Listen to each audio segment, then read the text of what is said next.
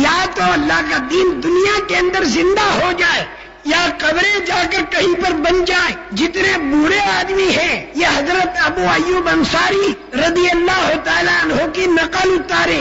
92 سال کی عمر ہے. لوگوں نے کہا اولاد کو بھیجو. ان کا وہ اپنی جنت پہ جائیں گی, میں اپنی جنت پہ جاؤں گا. چل دیے.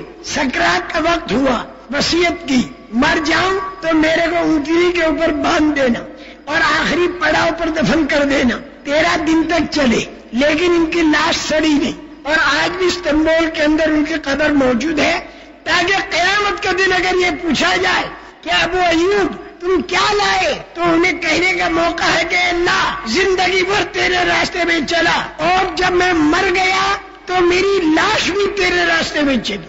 اور جوان حضرت محمد بن قاسم ثقفی رحمت اللہ علیہ کی نقل اتاری. یہ محمد بن قاسم ثقفی کون تھے؟ قبیلے بنو ثقیف کے تھے. اور قبیلے بنو ثقیف کون تھا؟ جس نے طائف میں رسول پاک صلی اللہ علیہ وسلم کو تکلیف پہنچائی اور آپ بے ہوش ہو کر گر پڑے. ایک آدمی صرف ساتھ میں تھا جس نے کندھے کے اوپر اٹھایا اور لے آئے وہاں پر باغ پر. فرشتہ آ گیا, حضرت جبریل بھی آ گئے, دونوں پہاڑوں کو ملا دے. فرمایا نہیں, اگر یہ نہیں مانتے تو ان کے اولاد ہو سکتا ہے کہ مانے. آپ نے قربانی دے دی, قربانی دے کر ظاہر میں کچھ دکھائی نہیں دیا, لیکن یہ قربانیاں اللہ کے ہاں ریزرو ہوتی ہے اور ظہور بعض مرتبہ بعد میں ہوتا ہے.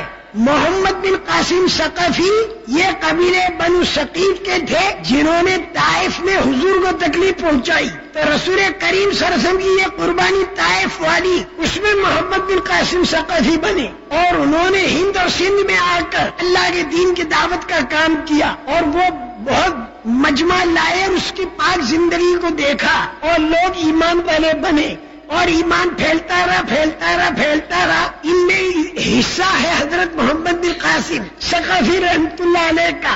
پورے پاکستان کے اندر جتنے ایمان والے, ہندوستان اور بنگلہ دیش کے اندر جتنے ایمان والے, یہ محمد بن قاسم ثقفی کا اس میں حصہ. اور رسول کریم صلی اللہ علیہ وسلم کی جو طائف کی قربانیاں تھی, اس طائف کی قربانیوں کے بدلے میں اللہ نے ہم سب کو ایمان دیا ہے. اس لیے ہم سارے کے سارے قربانیاں دینے کے لیے تیار ہوں, بوڑھے بھی اور جوان بھی. پہلے تو نیت کرو سارے کے سارے کہ پوری زندگی دعوت کا کام کرنا ہے. کہو انشاءاللہ, ارے کرنے والے اللہ, کہو انشاءاللہ, اور اس کے لیے قربانی دیتے رہو.